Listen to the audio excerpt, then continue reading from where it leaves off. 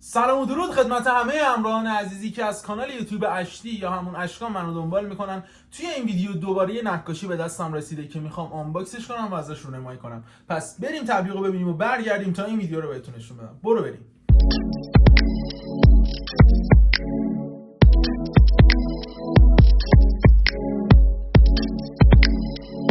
رفقا، همونطور که میدونین این دیواری که میبینین همه یادگاری‌های شماه. من یوتیوب استودیومو هیچ جوره تجهیزش نکردم، هیچ وسیله‌ای براش نخریدم و قرار شد که از صفر شروعش کنیم که تا میبینین تا امروز 4-5 تایی پر شده و همینطور قراره از یادگاری‌های شما پر بشه تا شما هم داخلش سهیم بشین.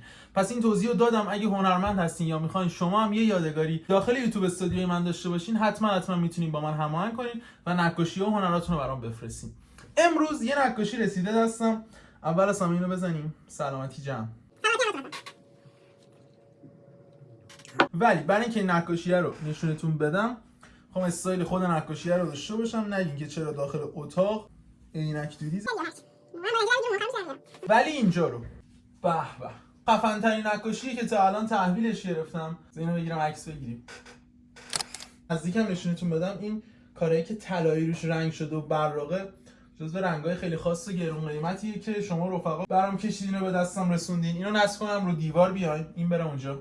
این یادگاری شما هم رفتش پیش اون یکی یادگاری‌ها و هر روز داره این دیوار ما پرتر و پرتر میشه. اگه دوست داشتین از کانال من حتما دیدن بکنین و ویدیوهای دیگر رو هم ببینید. اگه با هم حال کردین حتما سابسکرایب کنید. فعلا تا ویدیوهای دیگه.